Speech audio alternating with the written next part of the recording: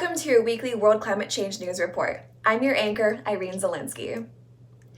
Our first story, the world must be ready for millions of climate change displacements. The United Nations High Commissioner expressed his concern about rising displacement of people due to the climate crisis. A United Nations ruling this week sentenced that people fleeing as a result of climate change deserve international protection, with major implications for governments all around the world.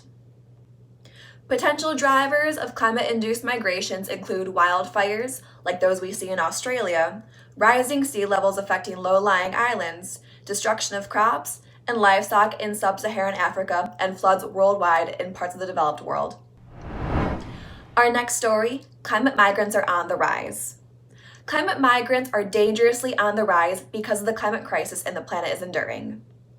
Many countries do not have enough infrastructure or adequate resources to cope with the effects of climate change, and their inhabitants are forced to move to other countries, triggering a downward spiral that increases employment and inhumane living conditions across the world. The Rapid Transition Alliance says it is extremely urgent to address climate change and the migratory fluxes that it might induce. Our next story, Arctic sea ice will not recover. Scientists have presented new, sobering results that show that the shrinking ice in the Arctic Sea cannot be expected to return, even if we do reduce the effects of climate change. Using the shells of clams, researchers were able to examine long-term patterns of sea ice coverage shifts over a period of 1,000 years. Their study confirmed many aspects of our climate are not an inevitable product of natural variation, but rather induced by critical events such as volcanic activity, solar changes, and, more importantly as of late, human activity. Next on the agenda, the European Green Deal. The European Commission intends to propose the first European climate law in the initial 100 days of its mandate. This new climate law aims at protecting the population and the planet from climate change effects, and as well it will set the heading of the movement of atmospheric activity, give consistency for speculators, and grapple the irreversibility of the change. The European Commission will also organize a high-level public conference to discuss this new legislation with public stakeholders. Our next story targets it on the UK's farmlands to tackle climate change. The UK Committee on Climate Change says that 1/5 of the agricultural lands need to be removed from the traditional agricultural production and converted into landscapes that can store carbon and curb emissions. This action plan has been proposed to establish a natural carbon storage process by growing trees and restoring soils. Since the UK decided to leave the EU and its common agricultural policy, the committee suggests to focus on new transformative policies to accomplish its emission targets. Next up, no nation will jeopardize the fight against climate change. Claire O'Neill, who will direct the critical 2020 UN Atmosphere Summit planned for Glasgow this November, recently said that no nation should have the privilege of vetoing in climate-related discussions. According to Ms. O'Neill, the best approach to tackle climate change is through alliances of the willing. She also mentioned that while the US President Donald Trump is hauling his nation out of the 2015 Paris Agreement, a larger part of subnational on-screen characters in the US are still a major piece of this alliance. USMCA and China trade deals are not climate friendly.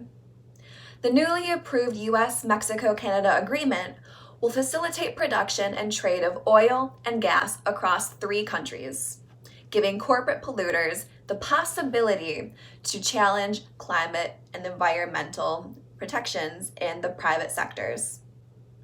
This comes just after the signature of a trade agreement between the Trump administration and China, in which the latter agreed to buy $52.4 billion of additional US energy products. This agreement will result in billions of dollars in exports of climate-damaging and community-poisoning liquefied natural gas, crude oil, and coal. The International Energy Agency warns that oil and gas industry. The International Energy Agency has released a new report named the Oil and Gas Industry and Energy Transitions, which describes the role of the oil and gas industry in the strategy to achieve a sustainable future. The new IEA report highlights the most important recommendations for a net zero economy. The report says that there must be an increase on the investment of clean fuels that can provide the outputs of oil and gas without the associated net carbon emissions. Our next story, Microsoft pledges to be carbon negative by 2030. Microsoft pledged to become carbon negative by 2030, which removes more carbon from the environment than it emits.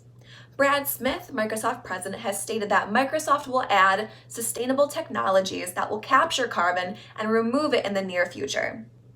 The Microsoft chief executive stated that he wants to achieve this goal by 2050 using 4 key methods: seeding new forests, soil carbon, sequestration, direct air capture, and bioenergy with carbon capture. Next up, climate is the main variable in the rainforest biodiversity. Scientists have determined that climate can have far-reaching effects on the entire rainforest ecosystem.